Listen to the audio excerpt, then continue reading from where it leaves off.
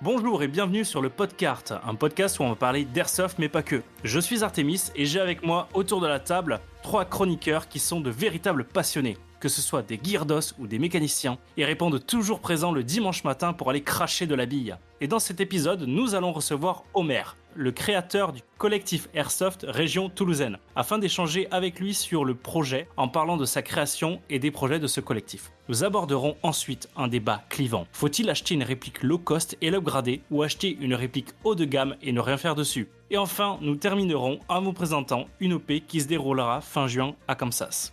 Et aujourd'hui, autour de la table, j'ai avec moi Redot. Redot, bienvenue à toi sur le Podcart. Et afin que nos auditeurs puissent comprendre quel type de joueur tu es, est-ce que tu peux te décrire en nous révélant ce que tu aimes dans l'airsoft et quel est ton style de jeu? Bien, salut Artemis. Effectivement, moi c'est Redot. Je suis de la Squirrel Airsoft Toulouse à Seille. Je suis un airsofter détente, tranquillou le week-end. J'aime les répliques bizarres, souvent au grand détriment de mon binôme Kurma. J'aime beaucoup baser mes inspi sur le pays du soleil levant qu'est le Japon. Réplique favorite, je dirais mon Type 89 Tokyo Marui, GBBR, qui traîne derrière. J'ai cru lire à certains moments que tu tenais un blog sur lequel de temps en temps tu écris tes péripéties lors des montages et démontages de répliques. Tout à fait, j'ai un blog où je retrace mes différents customs, le dernier en date étant un custom de G45 VFC. Et vous pouvez retrouver tout ça du côté de redot-workshop.fr. Allez, super, beau placement produit. Merci. Tu as mentionné tout à l'heure ton binôme Kurma. Kurma, c'est un plaisir de t'avoir ce soir autour de cette table. On a cru comprendre que tu avais vu la lumière et que tu étais rentré. Tu es aussi la personne qui a trouvé le Podcart. C'est toi qui as trouvé ce magnifique nom. Il y a une rumeur qui court au sein du kart, c'est que tu es capable de reconnaître le bruit de chaque gearbox alors que tu as les yeux fermés. C'est une info ou c'est une intox? C'est une intox. Je suis capable de reconnaître la marque. Je suis le binôme de Red Hot, à son grand détriment. Moi aussi j'aime les répliques bizarres, hein, mais dernièrement je me suis pris d'amour pour les plateformes AR-15. Ça peut paraître étrange, généralement c'est ce que tout le monde achète et tout le monde se dirige vers ça en commençant parce que c'est ce qui est le plus répandu. Moi j'ai fait l'inverse. Avant c'était plateforme AK, plateforme AK, plateforme AK, maintenant c'est de l'autre côté. Globalement ça fait 14 ans que j'ouvre mes répliques avant même de les jouer, que j'en casse la moitié, que j'achète une réplique après chaque partie parce que la précédente m'a pas satisfait. Donc j'ai beaucoup bricolé et mon banquier m'a beaucoup détesté. En ce moment, où est-ce qu'on peut te retrouver et quels sont tes terrains préférés sur lesquels tu joues? Ça peut paraître bête, mais mon terrain préféré, personnellement, c'est le terrain de mon association. Parce que c'est un peu le seul terrain du genre dans toute la région. C'est un terrain qui, pour moi, a l'avantage de pouvoir permettre le jeu avec absolument tous les types de répliques. Que ça soit réplique très courte, très rapide, c'est possible. Réplique longue qui profite des grandes lignes bien ouvertes, c'est possible. Peut-être la seule réplique qui ne profite pas tant de ce terrain, c'est le sniper. Mais encore, on a des gens qui jouent sniper chez nous. Et moi, j'adore notre terrain pour ça. C'est que vraiment, il permet l'utilisation de toutes les répliques. Pas nécessairement de tous les types de jeux. C'est pas trop un terrain en scénario. Mais pour les dominicales tranquilles, franchement, c'est un terrain très chouette. Dernièrement, j'ai pas mal aimé le terrain de la LSPA depuis qu'ils ont ouvert la partie forêt derrière. Ok. Il y a eu de très très bons retours sur le terrain de la SAT lors d'une partie fin décembre, alors que le terrain était sous une brume monstrueuse. On s'est beaucoup amusé, mais on a eu très froid. Et pour nos derniers chroniqueurs, nous avons le roi du béton. Alors, le roi du béton, qu'est-ce que ça fait d'apporter cette pierre à l'édifice?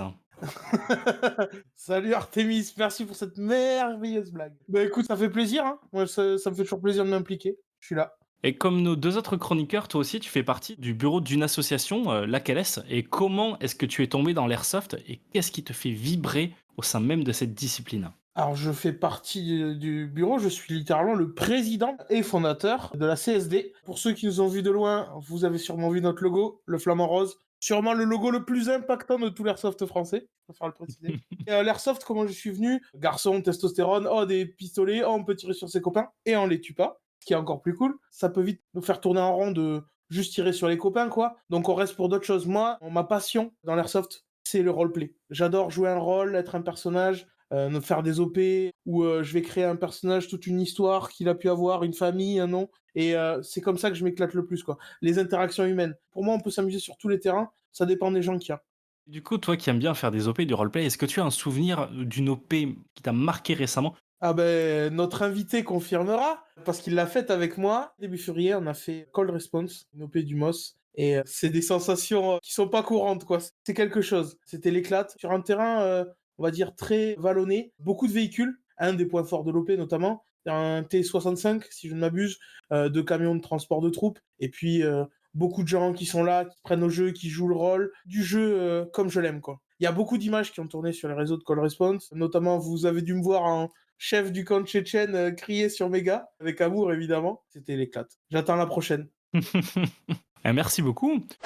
Il va être temps d'accueillir notre invité. Aujourd'hui, pour inaugurer le podcast, nous avons le plaisir de recevoir Omer, le créateur du kart. Omer, on s'est déjà croisé quelques fois sur le terrain, et comment dire, tu as souvent des tenues qui sortent de l'ordinaire, qui dénotent des gens FS locaux que l'on croise. Est-ce que pour te présenter, tu peux commencer par nous dire comment tu as découvert l'airsoft et comment tu es tombé dedans? Bonjour à tous, bonsoir à tous en fonction de quand vous écoutez le podcast. Déjà, merci pour l'invitation et la proposition de participer pour la première et d'avoir l'opportunité de me présenter et de présenter l'association. Alors moi, en fait, j'ai commencé l'airsoft assez tard par rapport à mon âge. C'était grâce à Razorback, qui est aussi de l'association ASTT de laquelle je fais partie. En fait, on travaille ensemble et un jour, en travaillant ensemble, il m'a dit qu'il allait participer à une OP qui était sur Complexe. C'était Lafayette 3, il me semble. Ça s'était très très bien passé. Et à la base, moi, j'étais quelqu'un assez réticent vis-à-vis de l'airsoft. En fait, pour moi, c'était un peu des gros mythos qui se prenaient pour des militaires. J'avais pas forcément une bonne image de l'airsoft, mais par contre, j'étais gamer. Je me suis dit, ben voilà, c'est l'opportunité de vivre Battlefield en mode un peu roleplay, en immersion, etc. Pour que j'arrive pas à l'OP sans avoir un minimum d'expérience, j'ai fait 1 ou 2 parties, dominicales et quand je me suis retrouvé à l'OP, voilà, c'était génial. En plus, on avait amené le véhicule pour ceux qui connaissent, le 4x4 de Razorback et donc du coup, on s'est amusé à faire des escortes, moi j'étais à la mitrailleuse sur le côté. Franchement, des bonnes sensations et des bons moments entre copains et ça franchement, ça s'était très, très bien passé. Du coup, je suis rentré, depuis, dans le monde de l'airsoft et par la suite, la première re réplique que j'ai achetée, on en parlera peut-être un peu plus tard, c'était une AK, parce que, beh, physiquement, je trouvais ça plus joli que d'autres styles de répliques, et puis, elle était bois métal, ouais, c'est quelque chose qui me plaisait et c'est comme ça, en fait, que j'ai rentré aussi dans le monde de l'airsoft, mais aussi dans le monde, pas forcément russophile, mais bloc de l'Est, et c'est vrai que malheureusement, on n'est pas beaucoup dans le sud, à être, dans ce délire-là. Il y en a par-ci, par-là, mais pas, recentré autour de teams. Il y en a vraiment, très peu au final. Il y a la CSD avec, la bétonnière, il y a la White Tack. Il y avait d'autres teams avant, mais qui ont un peu disparu. Donc c'est vrai qu'on se fait un petit peu rare, les amoureux du bloc de l'Est. Oh, on arrivera à se regrouper, je m'inquiète pas. Ouais, on va trouver une solution. J'en profite aussi pour en parler ici. J'ai dans l'idée de faire un groupe russo que j'ai déjà créé à la STT, mais qui fait partie vraiment intégrante de la STT. Mais on est des 4 à faire partie de ce groupe Bloc de l'Est. Et j'ai dans l'idée d'essayer de faire un groupe, on va dire, Bloc de l'Est Milsim, semi-Milsim, qui réunirait plein de gens de différentes associations et qui se réunirait autour de ce délire-là. Un petit peu comme aussi la bétonnière pour son groupe tchétchène. Donc c'est en train de mûrir dans ma tête, on verra ce qu'il en est, mais c'est vrai que ça serait cool de se réunir entre personnes qui ont le même délire. Voilà. Du coup, Omer, quand tu as commencé l'airsoft, est-ce que tu as eu des influences, des personnes que tu as suivies sur des réseaux sociaux qui t'ont plus ou moins porté? Mais surtout, qu'est-ce qui t'a fait basculer du côté est de la force? Alors à cette époque-là, il y avait Dink Chavez qui était plutôt quand même de branche russo, mais j'ai pas été vraiment influencé. C'est juste moi, déjà dans une question esthétique, je préférais les répliques de tout ce qui est Kalachnikov. Et après, je me suis intéressé à un petit peu au milieu, sur Frontovic, sur différents groupes qu'il y a sur Facebook. J'ai essayé de me renseigner par moi-même. Je suis pas dans le reenactment, je suis pas à fond à vouloir vraiment les tenues pile poil comme déjà des tenues RS, les vrais équipements, etc. J'ai beaucoup de repros. J'ai un peu d'équipement réel, on va dire, mais je suis pas complètement dans ça. Mais c'est un délire que j'aime bien parce que déjà, on en croise peu dans le coin et c'est vrai que tout ce qui est bloc de l'Est, ça réunit aussi énormément de tenues différentes, de camos différents. C'est ce qui est intéressant. On a l'opportunité d'avoir à la fois des répliques modernes comme des répliques vraiment old school. C'est tout ce délire-là qui me plaît et je pourrais pas vraiment donner de raison, hein, c'est comme ça. Après, c'est vrai que là, dernièrement, enfin, depuis quelques années maintenant, Gorky de la team Radva qui a fait un super chaîne YouTube et qui réunit fortement la communauté russo en France. C'est vrai qu'il fait du super boulot et on pourra dire que ben, c'est l'influenceur entre guillemets qui permet à plein de gens de découvrir ce secteur-là dans l'airsoft, quoi. Il n'y a pas eu à la base quelqu'un sur lequel je me suis reposé, ça s'est fait petit à petit, quoi. Au cours de ces quelques années de pratique d'airsoft que tu as eues, est-ce que ton jeu a évolué? J'ai entendu dire que tu étais relativement jeune comme joueur. Info ou intox? Je suis pas, jeune comme garçon, j'ai 42 ans, mais j'ai commencé l'airsoft il y a peut-être, 5 ans, donc j'ai commencé, ouais, sur le tard. Bon, j'ai eu, mon petit pistolet à billes, quand j'étais gamin, je me suis tiré sur la main, pour voir comment ça faisait, je l'ai plus refait. Mais c'est vrai que j'ai commencé super tard et je le regrette un peu. Ne le faites pas les enfants, vous tirez sur la main. Les enfants ou les adultes, ça fait mal. Ouais, c'est vrai. Les adultes, faites-le si vous voulez, vous êtes juste un peu bêtes, mais Oui, voilà, c'est ça, mais bon, mais par contre, si vous tirez sur la main, n'oubliez pas de mettre vos lunettes, c'est le plus important, on sait jamais. protection. Après, au niveau style de jeu, alors, comme tout le monde, on se cherche un petit peu au début. Ce qui est clair et net, c'est que tout ce qui est snipe, c'est pas du tout mon délire. Après, tout le reste, c'est plutôt mon délire. Je fais un petit peu de soutien.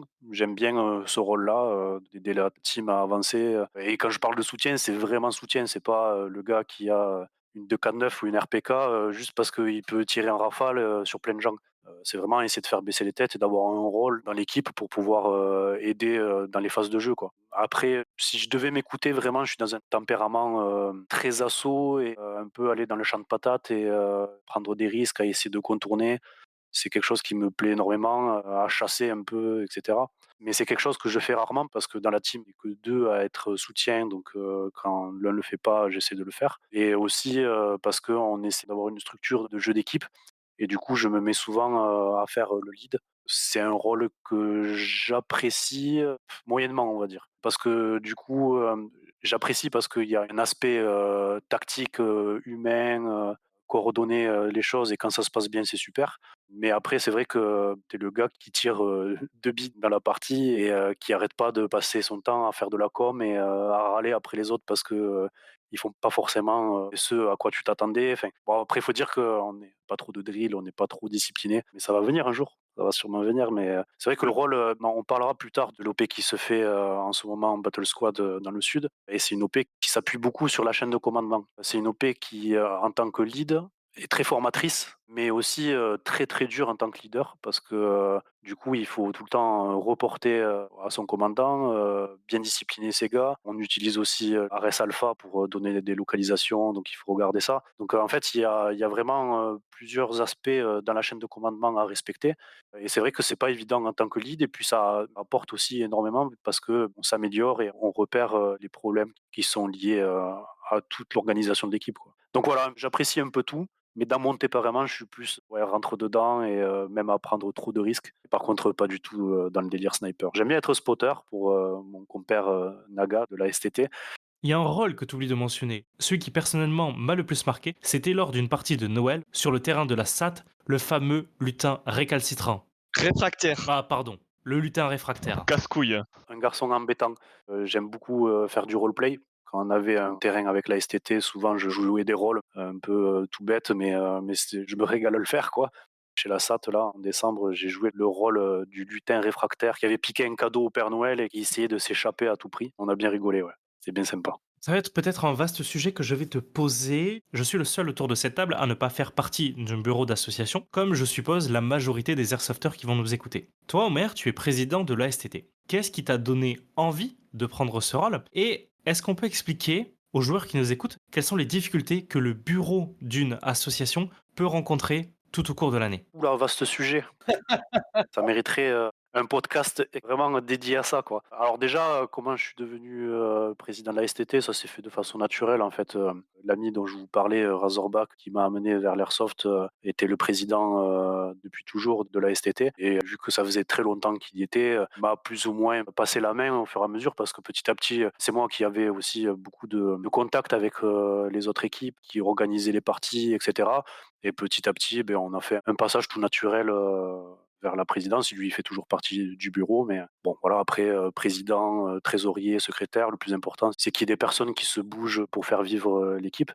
Après, en tant que responsable, d'une équipe, alors il y a plusieurs difficultés. Déjà, nous, on a eu la perte de notre terrain, il y a peu et donc du coup, tu as l'impression de perdre un peu l'identité de ton équipe, parce que, tu te retrouves un peu SDF. Heureusement, on a des équipes amies, notamment, la SAT, certains sont ici présents, qui nous prêtent leur terrain pour organiser des parties, mais c'est vrai que c'est pas pareil. C'est super cool à eux et c'est génial quand on se retrouve ensemble, qu'on organise, la STT, chez eux, mais c'est pas la même chose que quand tu as réellement un terrain. Ce qui est d'autant plus dommage, c'est qu'autour de Toulouse, il y a de moins en moins d'équipes qui ont des terrains. Ça devient très, très rare. C'est aussi une des difficultés, c'est qu'il y a depuis le covid, j'ai l'impression, très peu de gens qui s'engagent vers l'associatif et c'est pour ça aussi que j'ai voulu, créer, le collectif, d'airsoft, région toulousaine. Parce qu'en fait, la façon de pratiquer l'airsoft, est devenue, comme, d'aller au cinéma. Tu vas payer ta place, tu consommes et puis après tu te barres. Et je trouve que c'est dommage parce que, franchement, si je reste dans l'airsoft, malgré, toutes les occupations du quotidien, que je peux avoir, c'est beaucoup, grâce aux relations qu'on a tous ensemble. Là, ici, ce soir, on est réunis ensemble pour le podcast, mais, on est tous des copains, même si on se voit pas, vraiment, tous les jours et cetera. Mais c'est toujours, super qu'on se croise sur les terrains, qu'on échange ensemble et en fait, il y a tout cet aspect humain, qui est super important, quoi. J'écoutais, dernièrement, un podcast de Tactical Cast où il y avait quelqu'un qui disait: «Ouais, moi, ça me saoule quand je vais dans une partie et puis que ça charre, trop et qu'on joue pas assez et tout», alors j'aime jouer, hein, voilà, il y a pas de souci, mais c'est vrai que j'adore aussi échanger avec les copains qu'on croise et qu'on revoit et de passer un moment ensemble aussi, d'échange humain tout simplement, quoi. C'est pour moi quelque chose d'important et c'est vrai que dans le monde associatif, ça pour moi, c'est primordial. Les gens qui vont dans des structures, entreprises ou qui vont même dans des, parties d'associations, mais qui viennent juste, voilà, ils jouent, ils tirent leur bille, ils se cassent. Je trouve que c'est dommage. Voilà, c'est dommage, alors je critique pas les freelances, chacun, a ses priorités et chacun, l'entend comme il le veut. Mais pour moi, l'aspect association, il est super important parce que, l'airsoft avant tout, c'est les humains, les potes, les rencontres qu'on peut faire, et c'est pour ça qu'avec la STT, même en ayant à l'époque notre terrain, on bougeait vraiment dans toutes, les teams aux alentours, parce qu'on adorait, à la fois découvrir de nouveaux terrains, mais aussi, rencontrer un peu tout le monde, rencontrer de nouvelles personnes, de nouvelles façons de voir le jeu, et cetera, quoi. Le gros regret que j'ai et j'en parle là, suite à ta question parce que le constat, c'était quand j'organisais là dernièrement, des parties, ça devenait, difficile de trouver des gens alors qu'avant le covid, je devais refuser des personnes, quoi. On était trop pour, jouer sur le terrain donc du coup, je devais refuser des gens et quand j'allais dire je suis revenu, mais c'est parce que, j'étais à l'étranger pendant, quelque temps pendant le covid et quand je suis revenu et que j'ai voulu organiser des parties, waouh, c'était misère pour réunir, 10 personnes, quoi et en fait, tout s'est recentré autour de A contrario, j'ai eu l'impression de voir des effets inverses. Par exemple, la CIA à Kansas. J'ai pu discuter avec leur président Electro il y a quelque temps et lui me disait que aujourd'hui, c'était très compliqué pour eux d'organiser des parties à moins d'une cinquantaine de joueurs parce que l'association se retrouvait prise d'assaut sur les parties publiques qu'ils faisaient. Et qu'aujourd'hui, ils étaient obligés, pour pouvoir jouer en petits effectifs et entre eux, de se réserver des dimanches spéciaux où ils jouaient qu'entre membres d'associations. Si je peux me permettre une remarque là-dessus, il y a 2 phénomènes. Pour moi, il y a des assos qui sont prises d'assaut par beaucoup de joueurs, qui sont des gros pôles. On les connaît, hein, on va pas les citer, mais à Toulouse, il y a 2-3 pôles de parties qui sont tout le temps pleines et des assos qui, au gré de ce que j'appellerais la météo des joueurs, sont pleines ou pas. C'est-à-dire que moi, typiquement à la CSD, il y a des mois où on publie une partie et j'en refuse 5 et le mois d'après, on n'arrive pas à trouver 10 joueurs. Omer parlait tout à l'heure du fait d'aller voir ce qui se passait dans d'autres assos. Il y a des gens pour qui l'airsoft, c'est aller à un endroit. Alors que je pense que pour nous, l'airsoft, c'est faire une activité avec des gens différents, dans des endroits différents. C'est un vaste sujet pour le coup, qui mériterait un sujet, dans le podcast pour justement cette ERP versus milieu associatif et où va l'airsoft par rapport à celui qu'on a connu? Parce que je pense que globalement, on a tous commencé dans cette espèce d'âge d'or de l'airsoft avec plein de youtubeurs, avec plein d'influenceurs, avec plein de parties partout, avec plein d'assauts. J'ai cette impression-là aussi que le covid, mais pas seulement, Facebook aussi a beaucoup tué le milieu associatif avec des parties improvisées et la démultiplication des ERP a aussi pas aidé la chose. quand tu m'as posé la question, Artémis, en fait, j'allais y venir justement. Le constat, oui, après covid, c'est qu'en fait, beaucoup de petites teams se sont cassées la gueule. Oh, même des grosses, hein. Ouais, ou même des grosses, et qui avant ça avaient, influence dans le sud, qui avaient, un bon dynamisme et maintenant en fait, ou ces teams se sont cassées la gueule ou elles sont entre elles, dans une petite bulle et elles jouent avec une ou 2 autres teams qu'ils connaissent À l'inverse, il y a 2 grosses teams, en tout cas, je parle vraiment là dans la région toulousaine, il y a la CIA et il y a Muret Airsoft et c'est 2 teams, en fait, qui réunissent énormément de gens. Je pense que déjà, le monde appelle le monde, il y a ce facteur-là et après, il y a aussi, des raisons, c'est que honnêtement, ils ont fait, du super boulot sur leur terrain. C'est des gens qui ont travaillé, énormément, sur les structures. L'autre constat qu'on peut avoir, c'est aussi, je pense avec, la nouvelle génération de joueurs, nous avant, enfin, je dis avant, ça fait que 5-6 ans que je suis là, mais moi, tu me files une bout de forêt, je suis content, quoi. Je fais de la progression et tout, c'est génial. Mais, il y a de plus en plus de gens, en fait, eux, ils veulent, du jeu rapide avec beaucoup de structures, de couverts, beaucoup de gens recherchent le CQB. CQB, Ouais, voilà, c'est ça CQB, ouais. et beaucoup de gens ont que ça en tête, en fait. On parle des poignets 90°, ceux qui tiennent leur AAP 01 avec un drum, c'est ça? Non, non, non, Pour le coup, je suis d'accord avec Homer, il y a beaucoup de joueurs débutants et non débutants qui n'ont jamais fait de CQB ou qui ont un souvenir de CQB, qui sont en mode: «Ouais, c'est trop bien» ou qui ont vu des vidéos, récemment, que ça leur a rappelé des pseudo-souvenirs et qui réalisent pas à quel point, bah, c'est complètement différent et c'est pas du tout la même, manière d'aborder l'airsoft. C'est un jeu plus rapide, mais aussi beaucoup plus frustrant. Donc, c'est vraiment différent. C'est rapide, pour le coup, tu vas être plus proche d'un speedsoft, d'un paintball dans du CQB. ça dépend de ton organisation. Je pense que vraiment pour être efficace dans un CQB, il faut driller au taquet, quoi. Il faut avoir l'habitude de CQB et s'être entraîné à fond, pareil pour la forêt, mais disons que le CQB, pardonne moins. Oui, tout à fait. Personnellement, j'aime bien faire des parties de CQB de temps en temps, mais le constat, c'est que, souvent, au bout d'un moment dans ton CQB, tu es bloqué en fait. Tu te retrouves à un point où en fait tu peux pas faire de contournement. Donc en fait, le jeu stagne tout simplement parce que dans la vraie vie, tu es dans un bâtiment, tu es C'est ça. bloqué, tu pètes le mur d'à côté et puis tu avances quoi. Et là, nous, on peut pas le faire. Les parties tournent en rond, mais au final, ça se retrouve toujours à être, des échanges de tirs frénétiques et je dirais même débiles par moment, à juste cracher de la bille pour cracher de la bille sans pour autant faire des progressions. C'est possible effectivement de faire des progressions et c'est pour ça que tu as plein d'influenceurs qui font des vidéos dans des CQB, qui mettent en avant les progressions, qui mettent en avant cet aspect tactical, je dirais même tacticool, pour certains qui veulent, juste faire de la figuration. Mais au final, la majorité des journées CQB, c'est: je crache de la bille dans tous les sens, parce que, bah, c'est comme ça. C'est tu cours, tu tires, tu cours, tu tires et tu tentes de faire des progressions, mais souvent, ben, c'est le bordel. C'est des grenades qui volent, c'est plus chaotique qu'un boisé. Moi, je pense que c'est une histoire d'image, hein. Faut partir du postulat de base, hein, qu'au début, il y avait que l'airsoft associatif, les ERP, ça n'existait pas. Et quand une bande de copains cherche un terrain, ils vont trouver beaucoup plus facilement un terrain boisé, une forêt, qu'un CQB. Les CQB, surtout dans la région toulousaine, quand il y a eu AZF et qu'ils ont du coup rasé l'usine, ils en ont profité pour raser tous les bâtiments abandonnés du coin. Et du coup, trouver un CQB, c'est compliqué en fait. Globalement, surtout à Toulouse, mais partout en France, c'est comme ça. Surtout avec les lois qu'on a sur l'airsoft, etc., qui sont, à mon avis, dans certains pays plus laxistes. Ce qui s'est passé, à mon avis, en fait, c'est que le terrain de base, l'airsoft de base, c'était l'airsoft dans la forêt, parce que tout le monde avait des terrains en forêt. Et quand l'airsoft a commencé à gagner un peu de popularité, forcément, il y a les influenceurs qui ont commencé aussi à gagner en popularité. Et il y a eu cette vibe, notamment avec la track. On va pas dire de nom. Oui, il faut pas dire de Il a nom, dit mais le la nom. track. Voilà, j'ai dit le nom, qui jouait sur les terrains Will Trigger. Il y a eu une idéalisation du CQB. Ouais, voilà, c'est apparu un peu comme de l'airsoft premium. T'avais la forêt, et puis t'avais, quand tu pouvais jouer mieux sur des terrains qui étaient mieux, c'était le CQB. Et t'as toute une vague de vidéos sur le CQB, sur comment jouer en CQB, quelle réplique avoir en CQB, des mecs qui avaient des builds, mais fous sur des répliques en CQB. C'est compréhensible parce que le postulat de départ est clair, c'est qu'un CQB en termes d'immersion, c'est quand même bien plus fou et se dire: «Je joue dans des bâtiments».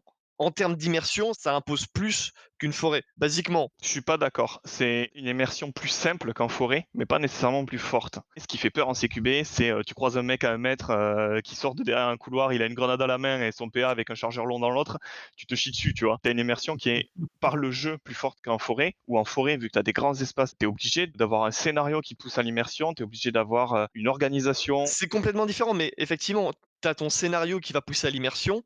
Là où du CQB, c'est aussi quelque chose qui est fait à cause des divers médias qu'on ingère, que ce soit les jeux vidéo, les films, les séries, où tu as beaucoup de scènes d'action qui se passent dans du bâtiment, dans de l'urbain, et donc tout de suite, tu as cet imaginaire qui remonte. C'est plus facile de créer de l'immersion en CQB que dans une forêt où là, il va te falloir plus de gens, un vrai scénario avec des bonnes règles, un bon postulat, tout ça, alors qu'un CQB, juste, tu as cette image de la menace qui peut arriver à tout moment et ça peut partir en cacahuète. C'est différent. C'est totalement différent, et en fait, si tout le monde cherche du CQB maintenant, c'est pas parce que c'est mieux, c'est parce que c'est ce qu'on a donné à manger visuellement aux gens, en fait. Et qu'on continue d'abreuver. Ouais, c'est à la mode, c'est tout simplement à la mode. Est-ce qu'on n'irait pas jusqu'à dire que le CQB, c'est surcoté? Alors moi, je trouve que le CQB, c'est surcoté, mais c'est rigolo de faire du CQB Reject béton, return to nature. Je sens que tu as des choses à dire sur le sujet.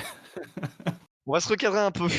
On dévie un peu de notre sujet de base, mais juste si je pouvais rajouter, par contre, c'est vrai que je parlais des phases de progression, mais en soi, il y a quelques CQB autour de chez nous. Mais quand je parlais de ces teams-là, la CIA, Muri Airsoft, l'Area 51 qui est un peu plus loin, mais c'est vrai qu'ils ont dit CQB, mais c'est du CQB ouvert. Donc c'est un bon compromis parce que justement, c'est des constructions qui sont sur un terrain boisé ou pas, mais sur lequel quand même il y a plus d'espace de liberté pour pouvoir faire du contournement et créer du jeu. Je pense que c'est aussi, ça qui attire beaucoup, les gens chez eux. Pour revenir au sujet, du coup, ces grosses teams-là, c'est vrai que c'est bien pour elles, il y a aucun souci et aucun problème pour ça. Mais c'est vrai que, vu que depuis le covid, il y a beaucoup de gens qui ont quitté l'airsoft, que l'airsoft déjà à la base n'est pas, une discipline qui est très, connue, on va dire, d'autant plus dans le sud, c'est compliqué aussi pour nous. Mais du coup, le peu de joueurs qu'il y a, ils sont captés par ces terrains-là. Ils prennent leurs habitudes et du coup, ils vont que là. Et le constat, on le voit aussi, quand des gens arrivent, sur le serveur Discord du kart, souvent, ils demandent, des conseils, et souvent, les gens, leur conseillent, d'aller, sur des endroits comme Muret, comme la CIA, comme, Kent. Et je trouve que c'est un peu dommage parce qu'il y a plein de teams, et d'associations de terrain qui mériteraient d'être connus et d'être visités, en fait, parce qu'ils ont plein d'atouts, qui pourraient plaire à plein de gens, en fait. Éviter cette privatisation de l'airsoft.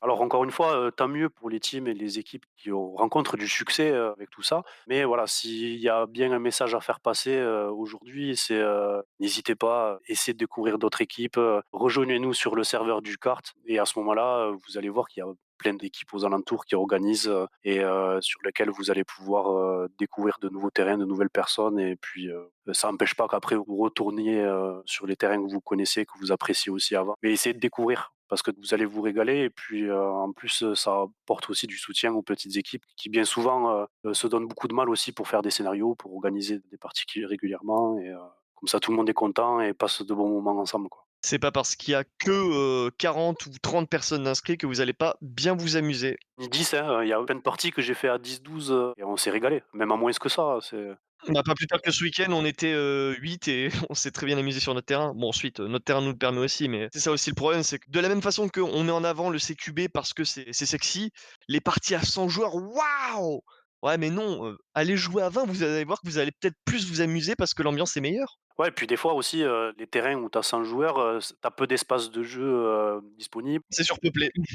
Tu peux pas faire de progression sans recevoir, des rafales. Enfin, c'est un autre style. Une OP à C'est pas 100-120 pareil. joueurs, 200 joueurs, OK, où il y a un large terrain et cetera. Mais après, voilà, il en faut pour tout le monde et il faut essayer un peu tout. Comme ça, chacun découvre, des styles de jeu différents, des terrains différents, quoi. Mais c'est vrai que c'est une des difficultés en tant que président, en tant que responsable, d'équipe et cetera.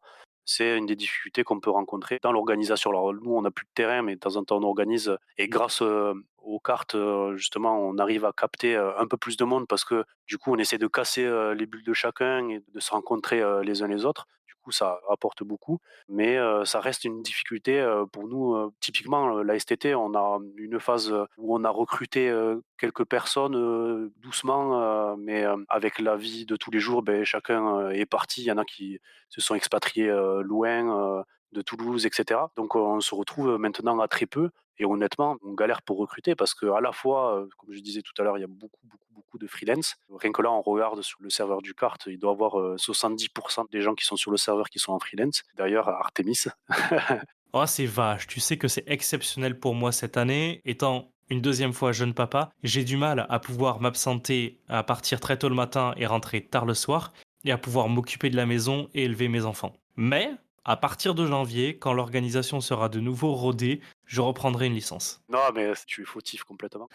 On peut dire ça, mère, hein. C'est vrai qu'une des préoccupations que j'ai actuellement, c'est que quand on fait une sortie, nous, on est 12 ou 13 à STT, mais au final, on n'est que 2, 3, 4 actifs et c'est dommage parce qu'à l'inverse, il y a énormément de grosses teams qui prennent de l'ampleur, grave, en fait et qui sont pas forcément des équipes qui bougent un peu partout. Souvent, c'est des équipes qui restent au même endroit. Et je trouve que c'est un peu dommage que les petites équipes n'arrivent pas à capter plus de monde que ça. Après, les raisons, on en a parlé un petit peu. Si j'ai un message à faire passer en tant que responsable d'une association, c'est venez essayer de rejoindre les petites équipes. Vous verrez qu'il y a plein d'atouts à faire partie d'équipes comme ça et vous allez vous régaler, quoi. Et c'est pas parce que vous allez justement jouer avec une équipe à un moment que vous pourrez pas rencontrer d'autres personnes et puis en fait trouver qu'il y a une autre association qui vous plaît. Enfin, essayez d'expérimenter et de voir les gens et les façons de jouer qui vous correspondent le mieux, quoi.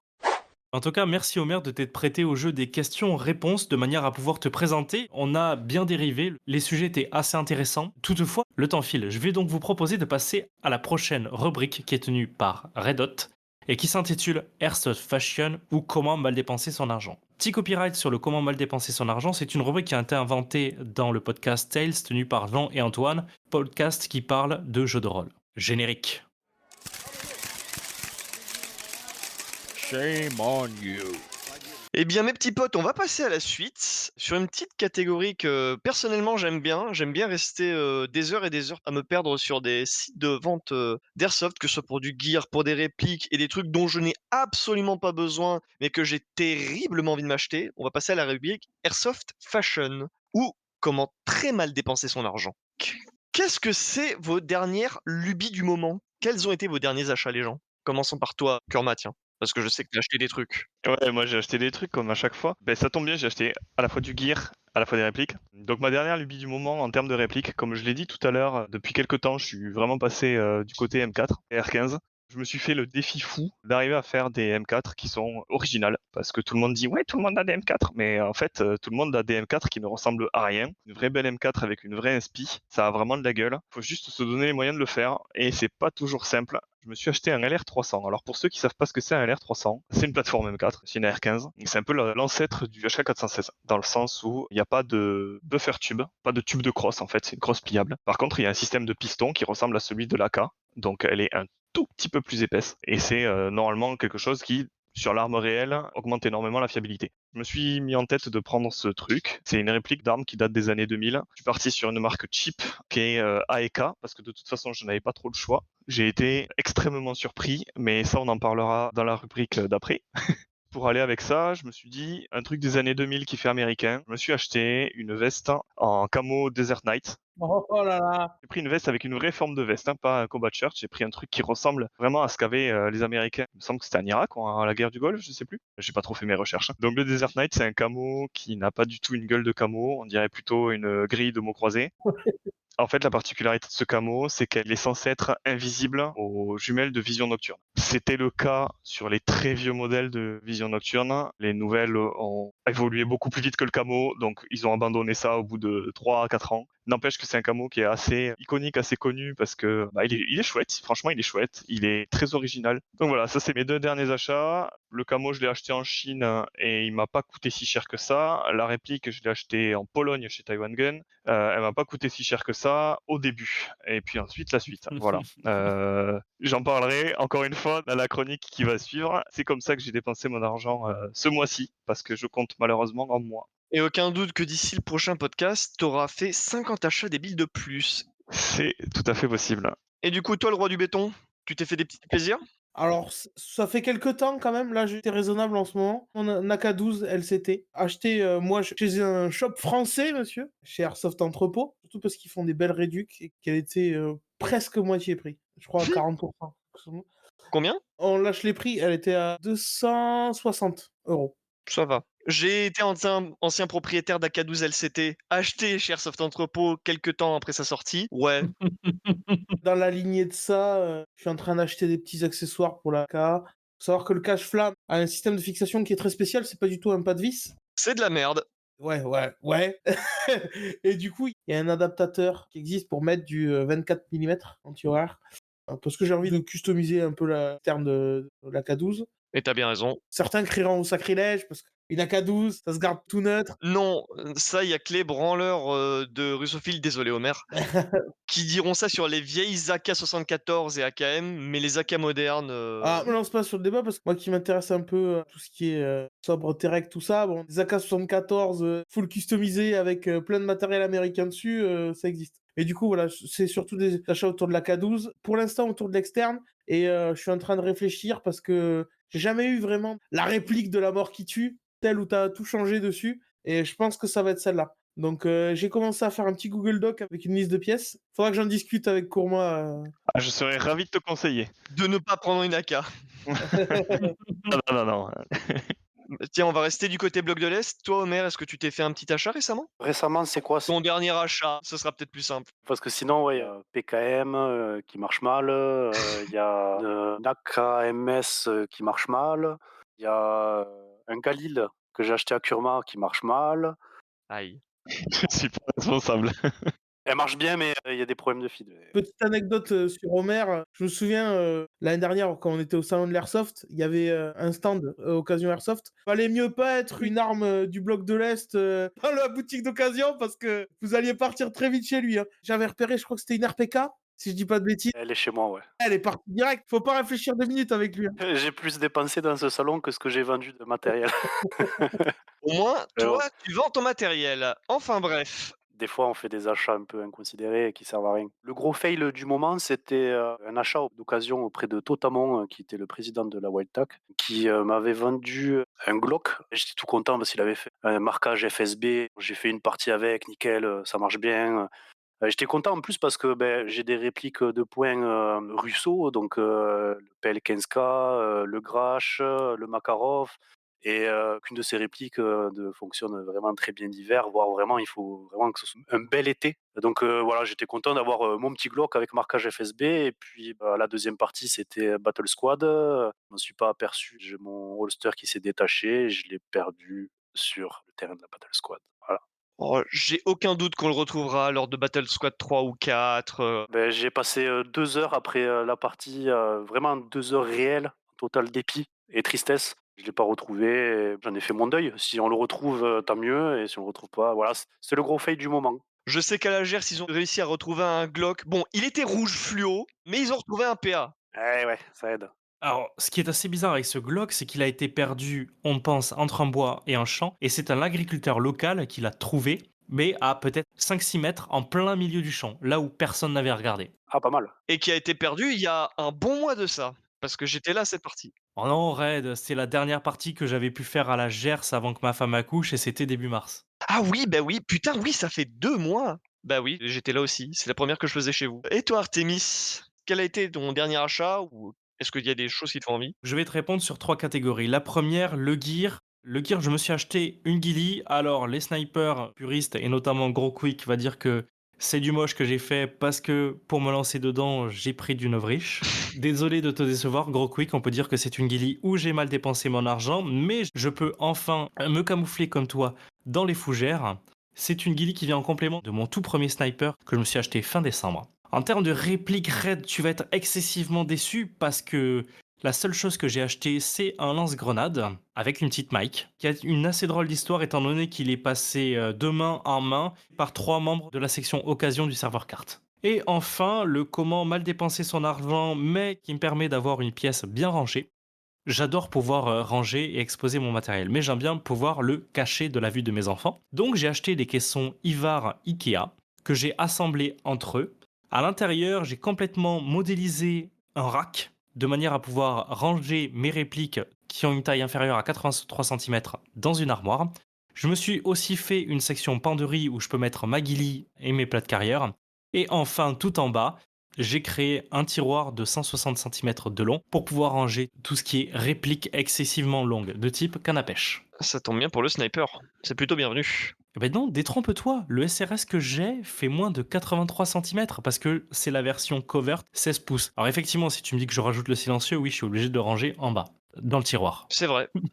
Surtout que bon, tu parles de sniper, tu parles de ghillie, mais la dernière fois que je t'ai vu jouer avec ce sniper, tu avais aussi une M4 et un bouclier dans les mains. Donc bon, la ghillie, pas sûr de l'utilité, sachant que le bouclier bleu avec un grand logo jaune, discret. Oui, mais bon, à chaque fois tu prends les cas un peu extrêmes. Chers auditeurs, pour pouvoir vous recentrer sur le contexte, déjà je n'ai pas joué tout le temps au bouclier. Hein. C'est un petit bouclier que j'ai de type Night Shield que je me suis fait. Donc c'est un bouclier qui fait de votre coude à votre pomme et il dépasse de une dizaine de centimètres de chaque côté. C'est un bouclier d'assaut qui est fait justement pour pouvoir être épaulé avec des petites répliques. Sur cette partie, la plupart des joueurs de cette équipe commençaient l'airsoft. On m'a mis dedans parce que apparemment il fallait les pousser et donc avec Red, on était avec eux sur le terrain. Quand il fallait pousser les lignes adverses, je prenais le petit bouclier avec la M4 et j'essayais d'enfoncer les lignes. Une fois que c'était fait et que les coéquipiers pouvaient progresser et essayer de s'amuser, je reprenais le sniper pour m'isoler de loin et me faire légèrement discret. C'était quelque chose. Ah, j'étais épuisé après la partie. Oui, en l'occurrence. Très bien. Bah, moi, de mon côté, j'ai été sage, mais j'ai quand même fait des bêtises que j'avais pas anticipées parce que sinon ce serait pas de l'airsoft. Ayant des lunettes, j'ai un très gros problème de buée. Du coup, je me suis dit: «On va arrêter avec ça» et après divers échanges houleux, je me suis dit que j'allais prendre le système EXFOG, alors V2, le XT, pour le tester parce que, bah, là aussi, il y a un petit débat entre le système de Novreach et le système de EXFOG et bien sûr, il y a la troisième option DIY et ça se branle d'un côté, ça se branle de l'autre, ça crache d'un côté, ça crache de l'autre, mais en attendant, il y a aucun test et il y a personne qui se base sur des faits et tout le monde se contente de dire ouais, l'autre en face c'est de la merde, l'autre en face il est trop cher, l'autre en face c'est qu'une pâle copie de chip. Quand tu tires une bille dessus, il explose. Et ben, je vais essayer de voir avec quelqu'un qui a une V2 du système Novreach et de faire un petit comparo avec des vrais tests factuels pour voir ce que ça vaut. Est-ce que ça marche vraiment quand on n'a pas de lunettes, quand on a des lunettes? Et est-ce que c'est un bon moyen de dépenser son argent? Spoiler non, parce que c'est de l'airsoft et que ce sera toujours trop cher pour ce que c'est. Sinon, dernière dépense réplique, j'ai acheté de quoi moderniser un Type 89. Ça reste toujours un Type 89, mais au moins, il est rigolo. Voilà, je pense qu'on a fait le tour pour cette, rubrique, Airsoft Fashion. Est-ce que vous avez des choses à rajouter? Est-ce qu'il y a quelque chose, qui sort dans le futur qui vous fait envie, que vous avez envie de partager? Oui, j'ai quelque chose à rajouter, je suis pas d'accord avec Urma, toutes les M4 sont dégueulasses. Ah, oh là, oh là! Oula, oula, Hop, oula. ce sera un prochain débat où je ne serai pas là, parce que la flemme. On parlera de AK ou M4, pourquoi les AK c'est de la merde, pourquoi les M4 c'est sous-coté, et pourquoi Homer a tort, comme d'habitude. Ça marche. Non, mais plus sérieusement, est-ce qu'il y a quelque chose, qui sort dans le futur, une réplique ou du gear qui va sortir, qui vous intéresse? Je voudrais pas dire de bêtises, mais on m'a beaucoup parlé de l'AK GBBR de VFC, si je ne dis pas de bêtises. Ah oui, ils refont des AKGBR, c'est vrai qu'ils avaient fait ça à une époque et ils en refont. Voilà et moi, c'est vrai que de base, je voulais une GBBR. Je voulais aussi prendre, quelque chose d'un peu plus high-end que mon VSS, parce que j'ai un VSS de chez Syma qui fonctionne bien, hein, mais la crosse en plastique, on sent bien que c'est du cheapos, quoi. Malgré le magnifique paint job que j'ai fait sur ma crosse, je vous jure, à 5 mètres, on croirait du bois. Beaucoup se sont fait tromper, ce qui m'étonne d'ailleurs vu la méthode de peinture. Mais la KVFC pourrait m'intéresser. Elle est dispo d'ici, combien de temps? Aucune idée. C'est comme d'habitude, c'est présenté dans des salons et il y a pas de date annoncée. Oui, ça a dû être présenté lors du MOA de Taïwan, qui a eu lieu il y a quelques mois, donc on aura plus d'infos dessus un jour, C'est peut-être. ça. Et connaissant VFC, ça va mettre 15 ans à sortir, un peu comme le FNC, qu'ils ont enfin fini par sortir après avoir teasé pendant plus de Ouais. 2 ans. Donc bonne chance à toi et bonne patience.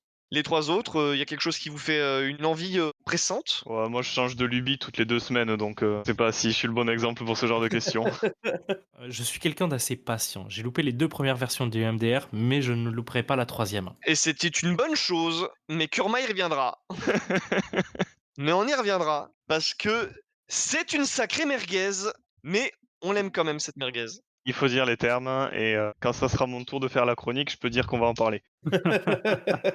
Et toi Homer, il y a quelque chose, bon, hormis le potentiel stand Airsoft Occasion au salon de l'Airsoft, qui peut être dangereux pour le portefeuille, J'ai atteint, tous mes objectifs de collection, là je dois avoir, plus d'une vingtaine de répliques, blocs de l'Est. Donc je pense que je vais me calmer un petit peu. Si vraiment j'arrive pas à retrouver, le Glock, peut-être que je prendrai le PL15K que j'ai version courte qui marche pas super. Je pense que je suis tombé sur un Lemon. Mais Dynavox ont sorti, un pistolet de poing, plus long en fait que celui-là et apparemment il y a de très, très bons retours. c'est une, V2? Donc je vais peut-être craquer un jour pour celui-là. C'est pas forcément un V2 mais en fait, il y a la version courte, PL15K et là, c'est le PL15, MW ou un truc comme ça, où c'est, la version de ce pistolet, mais qui est, plus longue, en fait. Et apparemment, il y a de bons retours, mais il y a des bons retours aussi sur le PL15K, c'est juste moi, je pense que, je suis pas tombé sur le bon et encore, s'il y a bien crédit à leur donner, à Kizuna, c'est que, ils prêtent vraiment attention, aux joueurs parce que, ils m'ont vraiment accompagné en essayant de me proposer de faire des tests. Ils m'ont envoyé gratuitement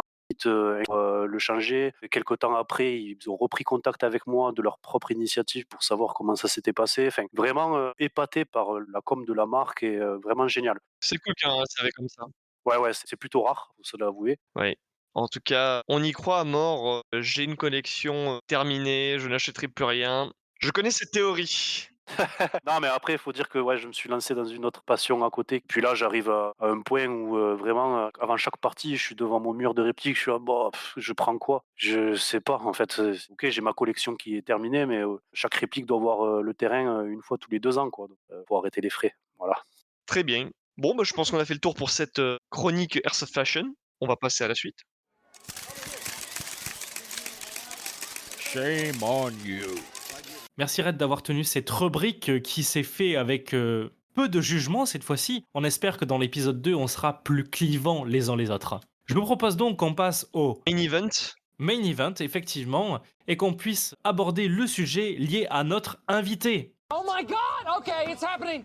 Everybody stay calm. What's the procedure, everyone? What's the procedure? Stay calm. Wait. Everybody calm down. Omer, tu as déjà abordé un peu le sujet durant ta phase de présentation. Quand tu as lancé le projet du collectif Airsoft Région Toulousaine, qu'on va pouvoir appeler CART pour simplifier la suite de l'échange, qu'est-ce que tu avais en tête à ce moment-là? Comme je disais, pour une raison professionnelle, j'ai dû m'expatrier quelque temps en Chine pendant toute la période de Covid. Donc à mon retour, le gros constat, comme j'ai dit tout à l'heure, c'est que de grosses difficultés à rencontrer différents joueurs, de créer des parties. Beaucoup de teams avec qui j'étais en contact avant, chez qui on allait jouer, se sont cassés la gueule. Donc je me suis dit, on continue comme ça et puis on vivote ou d'essayer de faire quelque chose pour notre discipline, quoi. Donc en fait, j'ai imaginé le kart sur différentes étapes en fait. Parce que là, actuellement, le kart est dans l'étape association. Mais avant cette étape-là, paraissait important avant tout de créer une communauté. Parce que du coup, créer une association d'union sans avoir une communauté, une base de personnes qui seraient prêtes à se lancer dans le projet, ça paraissait impossible. Donc ça a été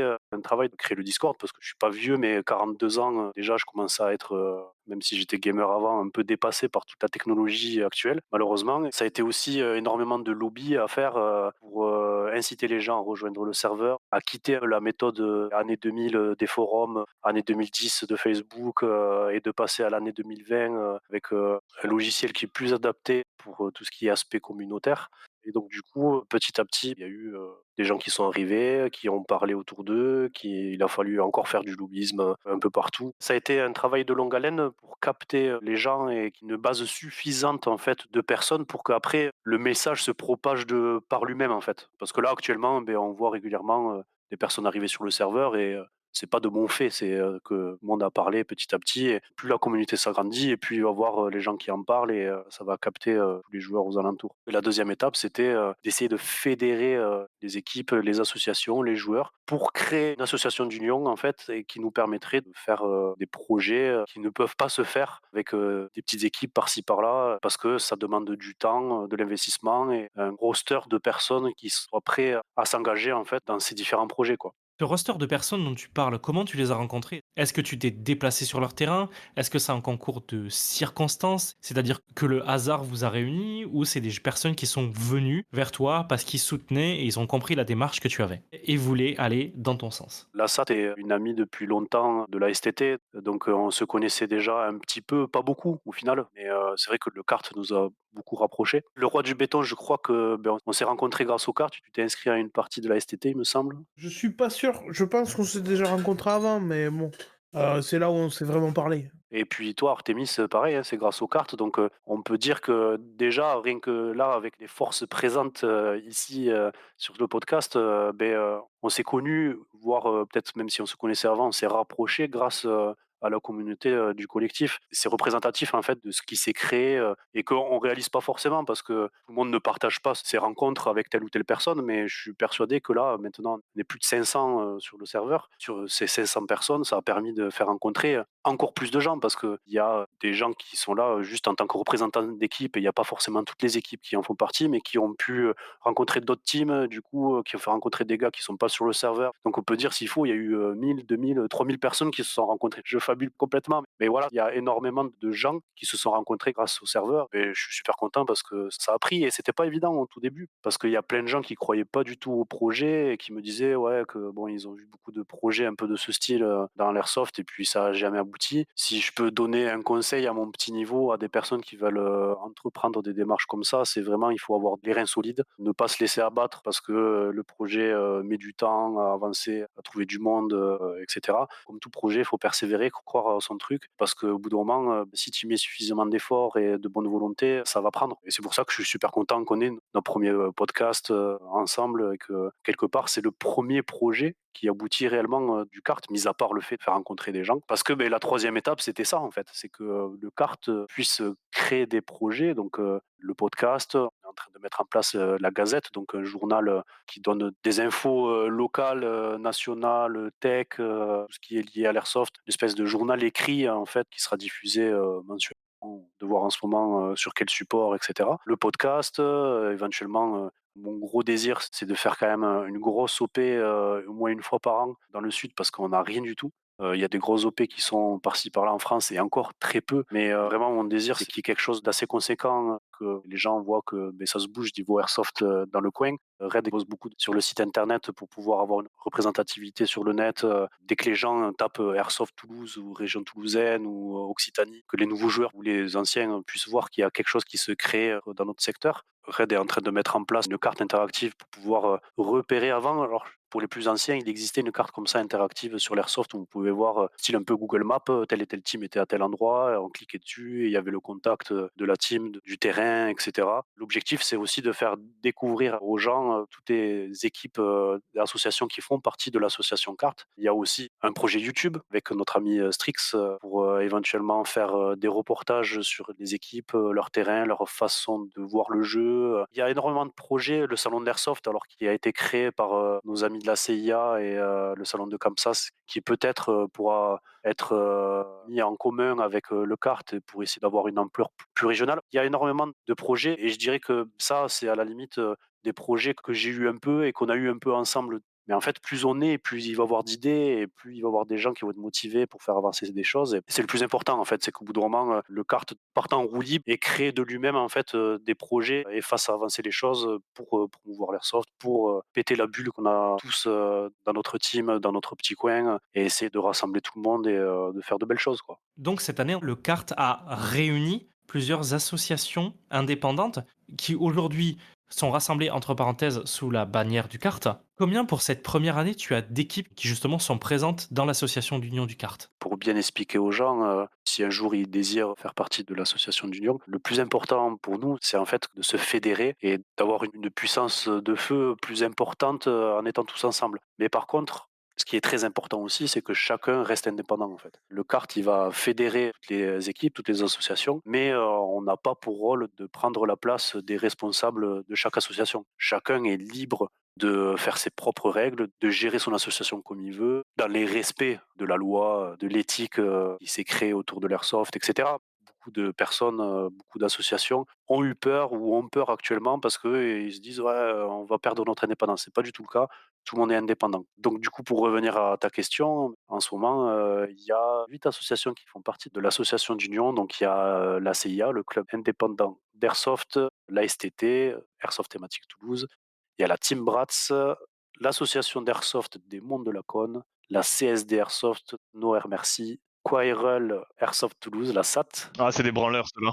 Ouais, non, c'est que des gars qui font de la dominicale. Il y a la Eco Team qui font partie actuellement de l'association d'Union. Après, pour cette année, ça a été les précurseurs et j'espère que l'année prochaine ou au courant de l'année, il va y avoir d'autres personnes qui vont nous rejoindre, quoi. Alors, je te propose qu'on termine cet échange par une petite devinette. Oui, cher chroniqueur, vous allez découvrir cette facette de moi. Étant rôliste, je suis aussi un grand joueur. Jouons au juste prix. Nous allons deviner combien de personnes aujourd'hui sont membres du kart. Allez, 120? Membre de la carte ou sur le Discord de la carte? Membres adhérents, c'est-à-dire ceux qui ont payé leur cotisation, pas ceux qui sont sur le serveur.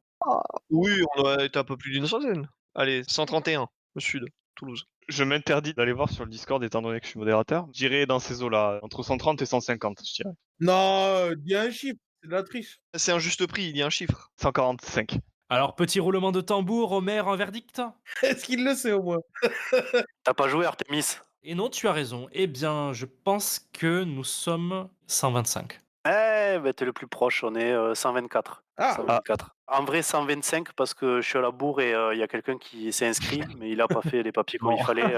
Donc en fait, tu es le gagnant. T'as rien gagné. Ah mince, on aurait dû jouer une réplique que Kurman garde dans son canapé et qu'il n'utilise pas. Je suis sûr que j'en aurais fait bon usage.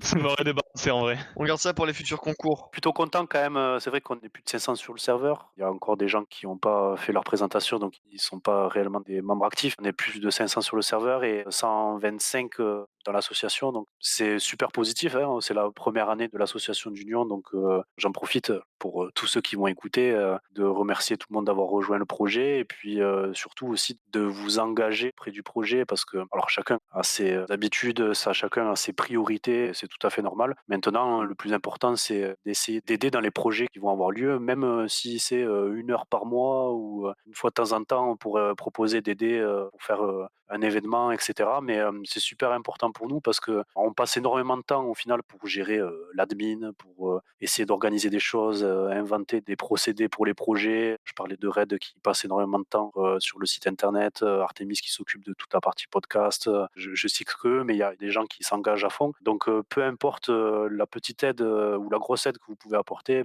n'hésitez pas à nous contacter et puis on se fera plaisir de vous donner des tâches et du travail. Mais en tout cas, c'est pour la bonne cause et pour organiser des trucs cool. Bien, merci Omer d'avoir partagé ton expérience. J'espère que cet échange pourra motiver des personnes ou des associations en région toulousaine à soutenir le projet du CART en rejoignant l'initiative que tu as lancée mais qui est désormais portée par tout un tas de personnes. Mais aussi j'espère que ce projet pourra toucher d'autres personnes dans d'autres régions qui souhaiteront peut-être se rassembler afin d'avoir une voix plus grande pour pouvoir récupérer des terrains qui valent le détour ou organiser des événements afin de promouvoir l'esprit de la discipline. Et sans transition parfaitement huilée, je vous propose qu'on passe maintenant à la rubrique animée par Kurma qui parle de tech. La tech en airsoft, c'est généralement ce qui envoie les plus gros débats parce que tout le monde a ses Conviction. convictions, mais carrément croyances parfois, parce que c'est un peu la base. C'est la première chose sur laquelle on te lance quand tu commences l'airsoft, c'est le matos. Qu'est-ce que tu vas prendre, qu'est-ce que tu dois prendre. Et la question aujourd'hui, elle est très chouette parce qu'elle s'adresse autant aux débutants qu'aux intermédiaires comme aux confirmés. Et la question, je vais vous la poser tout simplement parce que je vais me servir de ce que vous allez me répondre. Préparez-vous à un torrent de haine et de jugement. La question, c'est est-ce qu'il faut acheter une réplique chère et ne pas l'upgrade ou acheter une réplique pas chère et l'upgrade? Alors, je vais commencer par mon compère. Red, quel est ton avis sur la question? Qu'est-ce qu'on appelle cher, qu'est-ce qu'on appelle pas cher? Même ça, en fait, c'est très clivant. Toutes les répliques haut de gamme, au-dessus de 400 euros, pour moi, c'est une réplique chère. Et tout ce qui est pas cher, c'est tous les fabricants de cheap chinois comme Sima, Double Eagle, AEK, ce genre de choses. Moi, je pars du principe que peu importe le prix, si ça marche bien, pas besoin d'y toucher. Donc, j'ai pas vraiment de camp là-dessus, vu que j'achète une réplique pour la gueule qu'elle a et pas forcément pour si c'est du haut ou de bas de gamme. J'achète dans quoi elle est dispo et selon mes finances du moment. D'accord. Et ensuite, je viens t'embêter pour que tu l'upgrades. Si elle a besoin d'être upgrade. Voilà, c'est ça. On connaît. c'est un peu de la triche, là. Il a pas répondu parce qu'on peut tous tourner autour du pot et rien dire, hein. Non, mais effectivement, moi, je suis plus partisan de je mets le prix quitte à ne pas upgrade, même si parfois ça ne marche pas, clairement. J'aime bien regarde sa réplique quand il dit ça. Avec dégoût. Homer, vu que tu as pris la parole, toi t'en penses quoi de ça? Moi aussi, j'avoue que je suis un peu partagé parce que autant ma première réplique c'était une Sima sur laquelle je me suis expérimenté, pas à l'upgrade parce que moi je suis plus dans la fiabilisation et l'upgrade vraiment très léger. C'est peut-être la réplique qui marche le mieux, qui a toujours le mieux marché en comparaison à des répliques qui ont coûté super cher et avec lesquelles c'était un peu la merde. Après, des répliques type Russo, on va dire. Un Russo, il va souvent prendre des répliques assez chères, surtout pour l'externe, et il va changer l'interne ou le fiabiliser. En général, c'est ça. Donc, ou t'es Russo et t'es sensible à l'externe, et donc du coup, tu vas taper dans du EEL, LCT, sans parler de NPO, etc., qui est beaucoup plus cher. Mais tu sais qu'il va sûrement falloir changer des choses à l'intérieur. Ou tu achètes une bonne vieille Sima, tu changes le ressort, et puis c'est parti, quoi. Tout en sachant que les corps Sima sont quand même résistants. Ils sont propres, hein. Faut être tatillon quand même parce que c'est pas non plus des répliques moches. Enfin, je parle pour tout ce qui est AK en tout cas.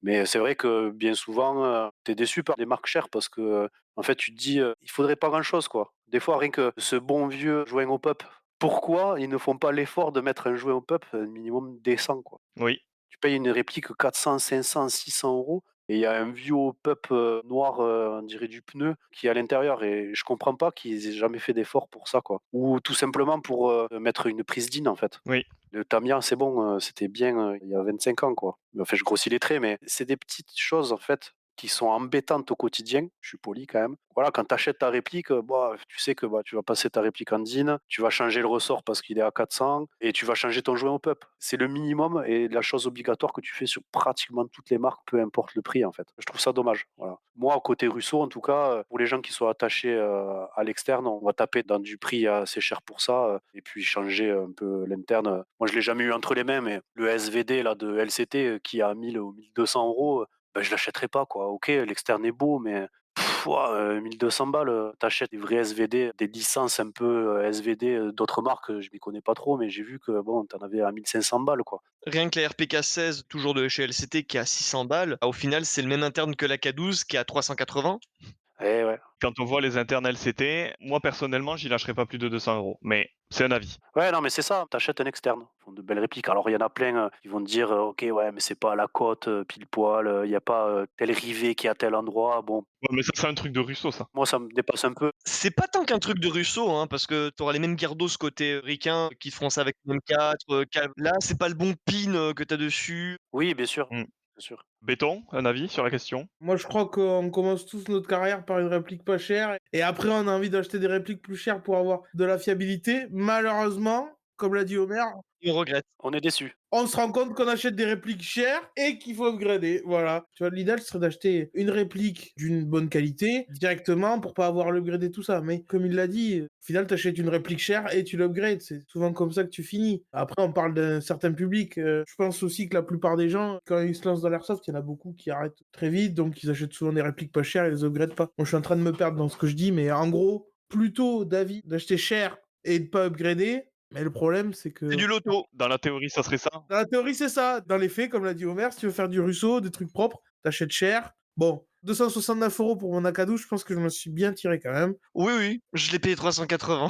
Voilà, théoriquement, on est plutôt dans la partie pas chère. Mais bon, quand tu fais un listing des pièces pour l'upgrade dedans, tu vois, genre, tu veux t'acheter une bonne crosse. Personnellement, je me suis acheté une crosse MacPool pour me faire plaisir. Quand tu veux mettre une petite poignée Zenitco, un viseur un peu Russo, j'y arrive un peu. Mais voilà, tu vas vite y lâcher beaucoup de sous. Ah bah, en théorie, personnaliser une réplique, c'est de l'upgrade en soi, hein, c'est C'est de l'upgrade. Artemis, t'as un avis ou tu restes neutre? Non, je vais pas rester neutre, j'ai un avis sur le sujet. En fait, je me suis rendu compte que la première fois que j'ai franchi la porte d'un magasin, j'ai été happé par ce qui était à l'époque une réplique haut de gamme, un G36 de G&G, qui fut ma première réplique. Après, sur ma deuxième réplique, je suis passé chez Crytek parce que j'adorais la gueule qu'il avait. Et même si j'ai mis 4 ans à l'acheter, j'ai pris un sniper de Silverback. Sur toutes mes répliques, à l'exception du SRS, la seule chose que j'ai changé directement, c'était le joint en pup.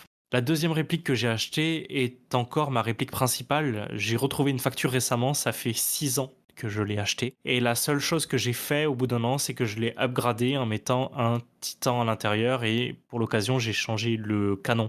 Le canon de Crytek de base étant d'assez bonne facture, j'ai dû gagner de la précision sur peut-être 3-4 mètres.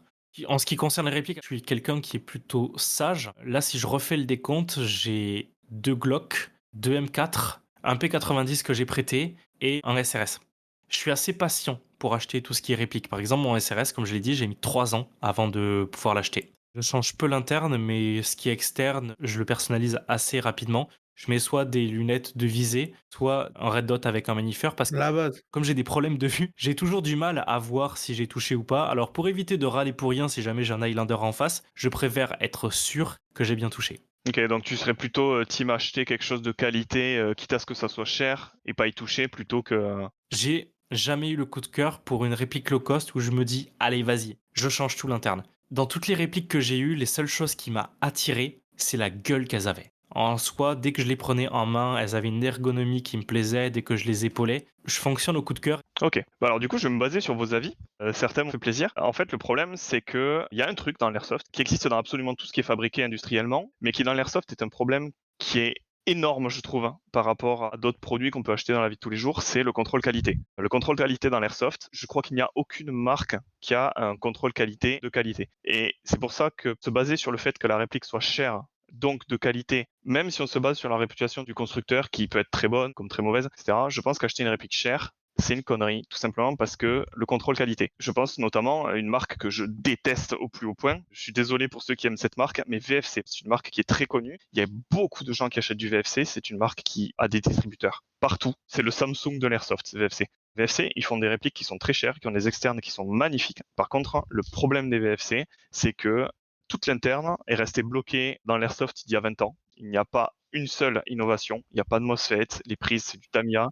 Tu parles d'AEG, précise AEG, mais c'est le cas aussi pour VFC du côté GBBR, où il aura fallu 10 ans pour fiabiliser leur plateforme GBBR. Voilà, ben alors maintenant ils arrivent à se faire pas mal de pognon sur des plateformes GBBR, mais alors l'AEG chez VFC, je trouve ça scandaleux, même pour l'externe qui est magnifique sur pas mal de répliques, qu'on puisse vendre une telle merde à ce prix-là. Un VFC, c'est à peu près, allez, 450 € pour les moins chers, ça peut monter. Le MCX, par exemple, il est à 650, il me semble. Le problème de VFC, c'est qu'il n'y a aucune innovation, il y a des pièces de mauvaise qualité et le contrôle qualité, il est abyssal. Vraiment, vous pouvez aller dans des marques comme Jingong, par exemple, qui est la marque cheap par excellence. C'est beaucoup de plastique dedans, il y a beaucoup de graisse, etc. Ils ont un meilleur contrôle qualité que VFC. Je trouve ça ahurissant. Et il y a peut-être aussi un biais, vu que tu payes moins cher, t'es plus clément avec un non-contrôle qualité, vu que t'as mis moins d'argent. Effectivement, c'est peut-être ça la chose, c'est que t'as payé plus cher, donc tu t'attends à avoir un vrai contrôle qualité qui n'est pas forcément présent. On pense à VFC, Oui, aussi. c'est leur bac. Si je peux intervenir, le truc, c'est que toutes les CIMA que j'ai connues,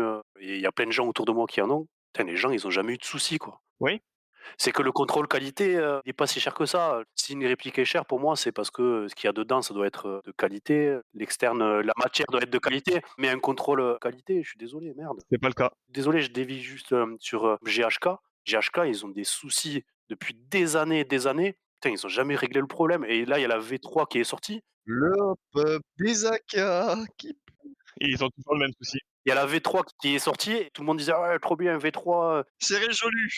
c'est trop cool, ils vont régler tous les problèmes». En fait, cacahuète. Pour revenir aux AEG et Sima, pour le coup, effectivement, Sima, elles sont plus fiables, mais tu parles d'innovation et de VFC. L'avantage, c'est que Sima, c'est pas le prix des VFC, mais Sima aussi, ils arrivent souvent 2-3 ans après la guerre. C'est une strat et c'est aussi pour ça qu'ils sont moins chers, c'est qu'ils attendent que les autres fiabilisent les technologies pour ensuite récupérer ça et les mettre dans leur réplique et les proposer à moindre coût. Alors, c'est de moins en moins vrai, et c'est pour ça que personnellement, je préfère acheter des répliques pas chères. Tout simplement parce que si tu veux acheter une réplique en airsoft, vu l'histoire du contrôle qualité, vu les marques qui sont pas fiables même si elles sont chères, etc., VFC on te regarde, en fait, il faut se renseigner. Parce que c'est comme pour les voitures, il y a des modèles chez certaines marques qui sont dégueulasses et d'autres qui sont corrects. Et je trouve qu'il y a une tendance depuis quelques années où on voit les marques cheap oser beaucoup plus d'innovation et beaucoup plus de pièces de qualité qu'au final les marques historiques de haute qualité comme VFC, comme G&G qui restent coincées dans des schémas qu'ils avaient déjà il y a 20 ans en fait. Je vais prendre l'exemple, justement tout à l'heure je parlais de mon dernier achat, le LR300. C'est un AEK. AEK qui est une marque qui a mauvaise réputation, qui est très cheap. Moi, j'ai acheté cette réplique sur Taiwan Gun. C'était indiqué nulle part, mais en fait, c'est une version revisitée. Je sais que le LR300, c'est une réplique qui existe depuis peut-être 15-10 ans. Tout le monde s'en plaint que c'est du AEK, que c'est pas terrible, etc. Quand j'ai acheté la mienne et que je l'ai ouverte, parce que c'est la première chose que je fais, j'ai été surpris de voir qu'à l'intérieur, ils ont eu une idée que aucun fabricant ne fait, c'est de faire fabriquer les pièces par d'autres personnes. Les gears, c'était du SHS, le moteur, c'était un high-torque Sima, j'ai l'impression, ça y ressemble en tout cas, ça vient de la même usine. Tout ce qui est ensemble piston, tête de piston, etc., c'était des pièces qui étaient déjà renforcées et qui n'avaient pas l'air d'être fabriquées par AEK. Les gears, ça m'a frappé, je les ai comparés avec des SHS, je les ai même pesés avec une balance, c'est exactement les mêmes. Ils ont pris des gears SHS, il n'y a juste pas marqué SHS dessus. Et à l'intérieur, alors que c'est une marque qui a une réputation de merde, j'avais une réplique qui a que des pièces renforcées à l'intérieur. Du début à la fin, tout est renforcé, tout est sur roulement, tout est nickel, pour un prix qui est relativement bas pour ce genre de réplique. J'ai acheté il y a quelques temps un P90, je crois que c'était Double Bell la marque, enfin, si quelqu'un connaît cette marque. Dedans, c'était tout en métal, une étanchéité parfaite, aucun bruit quand elle tournait. Quand je vois la nouvelle gamme des Sima Platinum, qui sont certes un peu chères, ça commence à taper dans les 300 € pour certains modèles. Les Sima Platinum, elles ont des faiblesses sur le MOSFET, mais elles sont nickel. Et c'est le premier fabricant qui vend des répliques qui sont short stroke d'origine. Short stroke, c'est quand il manque des dents sur l'engrenage qui entraîne le piston, ça donne plus de réactivité, un cycle plus rapide, etc. Et Sima, alors que c'est Sima, je veux dire, quand on dit Sima, tout le monde pense cheap, ils ont plus innové que LCT par exemple. Sima, il y a un MOSFET, bon, il est pas terrible, mais il y a un MOSFET, c'est short stroke, c'est full renforcé. Dedans, il y a la tête de piston qui a un deuxième O-ring pour la stabiliser dans le cylindre.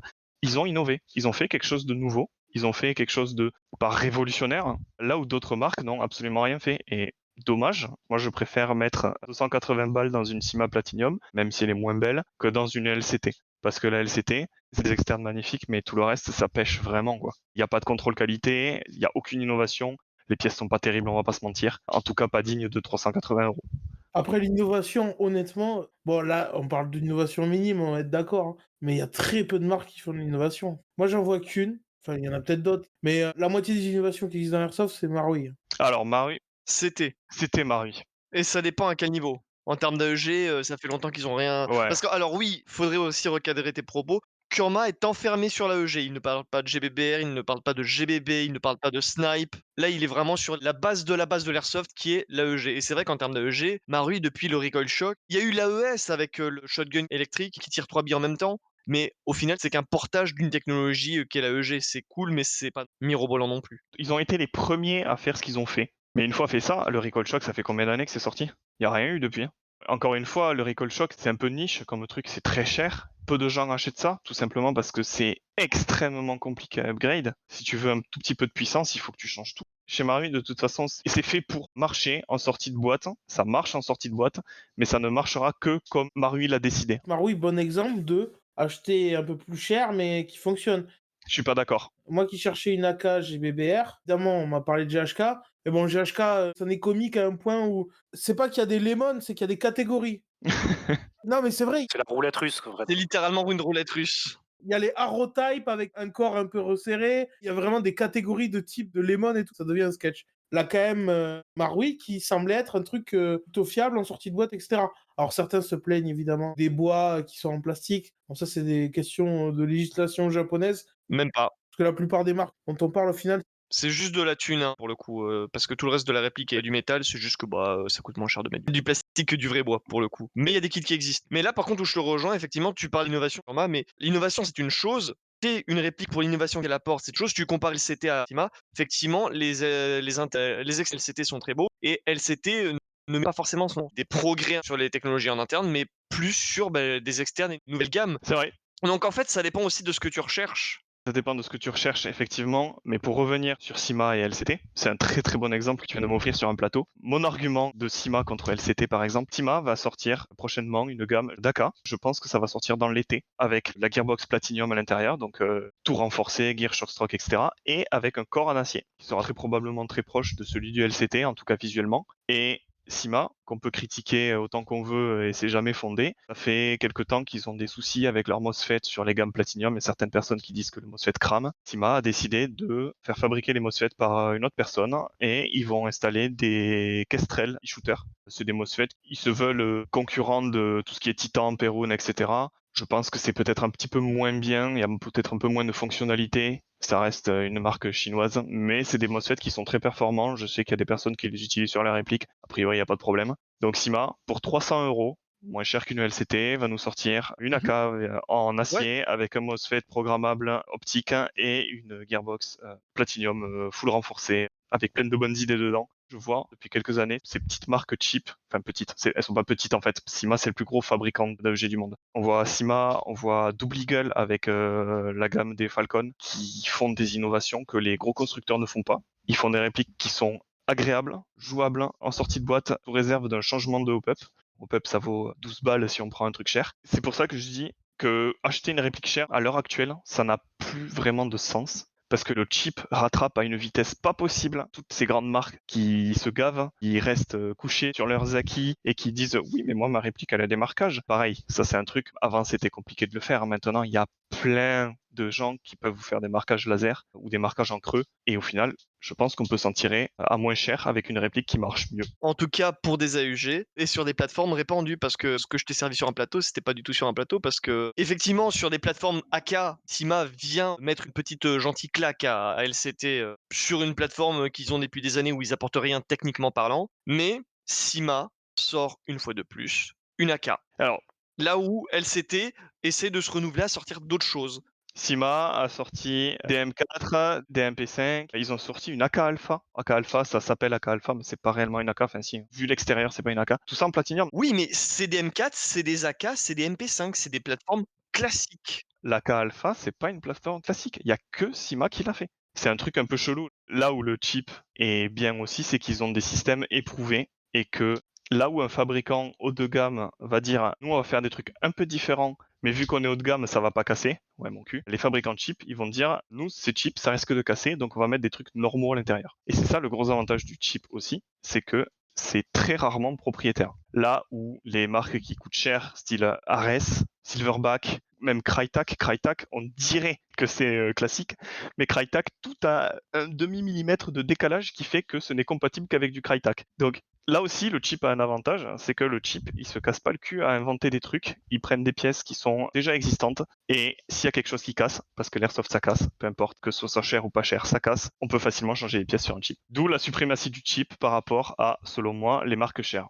Sur les plateformes répandues. Sur les plateformes répandues ou pas. Jingong fait aussi des G3. Hein. Bref, sinon on va y passer 15 ans. Je conclus en disant que, selon moi, acheter une réplique chère, c'est une erreur que j'ai faite de nombreuses fois. Oui, ça peut être intéressant d'avoir un bel externe, une réplique particulière, un marquage intéressant, mais si vous voulez jouer, n'achetez surtout pas des répliques chères, achetez des répliques bien. Ça se trouve à pas cher. Renseignez-vous, c'est le plus important, et apprenez simplement à changer un joueur up. Ce sera le mot de la fin. Et du coup, n'achetez pas un MDR.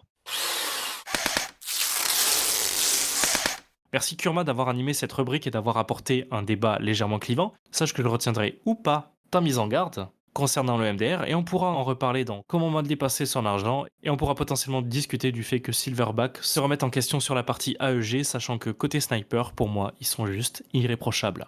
Et je vous propose qu'on attaque la dernière rubrique de notre podcast que je vais laisser à Red, qui s'appelle Une OP près de chez vous. Il y a un bon mois de ça, il y a eu sur Canal l'OP Battle Squad 2, une OP réunissant 100 joueurs organisée par la CIA. Il réitère avec un troisième opus qui se passera cette fois sur 24 heures du samedi au dimanche avec du jeu de nuit. Ça se passera toujours sur leur terrain de Canal. Ici, on a été 3 à participer à l'OP Battle Squad 2. Notre invité Homer, mon binôme Kurma et moi-même.